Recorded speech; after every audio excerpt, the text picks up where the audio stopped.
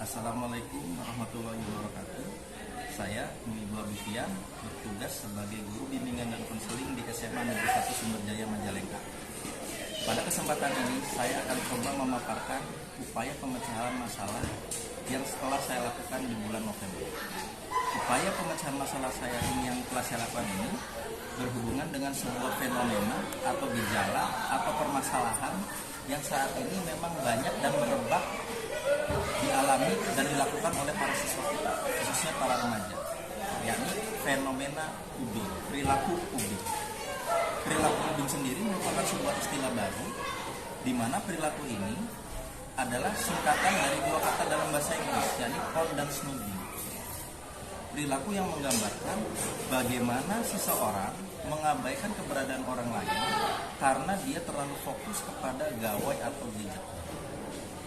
Nah, ini perilaku ubing ini banyak dialami, banyak terlihat dan banyak teramati di kalangan remaja kita, khususnya di siswa dan siswi SMA Negeri 1 Sumberjaya. Bahkan lebih mirisnya, ketika pelaksanaan proses pembelajaran di dalam kelas, saat guru menerangkan, saat guru menjelaskan materi pembelajaran, tidak sedikit anak-anak itu yang baru bermain HP. Entah itu mereka bermain medsos atau bahkan mabuk. Nah, untuk itu ada beberapa upaya yang telah saya lakukan sebagai upaya untuk meminimalisir perilaku ubing.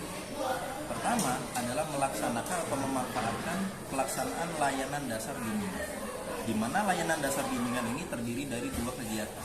Kegiatan pertama adalah kegiatan layanan bimbingan klasikal yang secara rutin dilakukan.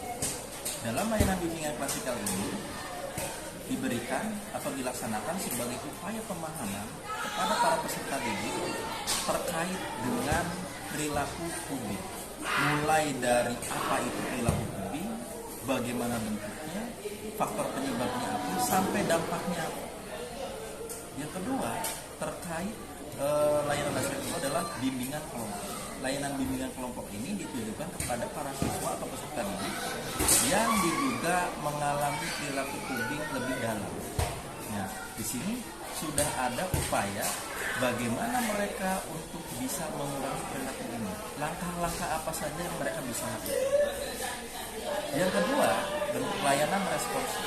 Dalam layanan responsif ini, bentuk kegiatannya, layanannya adalah berupa layanan konseling individual atau konseling kelompok. Ini ditujukan bagi para peserta didik yang secara gejala, secara perilaku, mereka sudah mengarah kepada perilaku kecanduan atau adiksi. Khususnya adiksi game online atau adiksi penggunaan HP. Karena memang apabila perilaku ubing ini dibiarkan tanpa adanya upaya penanganan yang tepat, akan melahirkan atau akan menimbulkan sebuah situasi yang disebut sebagai fear of missing out, para ahli menyebutnya, atau disingkat FOMO, di mana situasi itu adalah situasi yang dialami oleh seseorang yang merasa cemas, merasa gelisah ketika dia tidak memegang HP, ketika HP-nya tidak ada di sampingnya. Jangankan tidak ada HP, HP-nya lowbat saja sudah merasa gelisah, cemas, dan sebagainya. Yang apabila itu terus berkembang, itu akan berubah menjadi yang namanya fobia handphone. Istilahnya itu adalah nomofobia. Oleh sebab itu, ya, upaya yang telah saya lakukan adalah dalam bentuk upaya layanan dasar dan layanan responsif. Sementara sebagai penguat untuk menguatkan, ya, bentuk intervensi atau pelayanan BK dalam menangani ubing ini, saya berusaha untuk menguatkan dukungan sistem yang ada, yakni dengan cara bekerja sama melalui wali kelas dan kesiswaan terkait bagaimana mensosialisasikan perilaku bijak dalam penggunaannya. Mudah-mudahan, ya, melalui bentuk-bentuk layanan BK tadi, perilaku-perilaku ubing yang banyak kita amati dan banyak kita rasakan ini, ya, bisa semakin berkurang sehingga siswa atau para peserta didik ini tidak mengalami yang namanya perilaku asosial atau antisosial. Mereka lebih bisa menghargai orang lain, khususnya kepada orang yang lebih tua atau ataupun kepada orang yang sebaik. Seperti itu.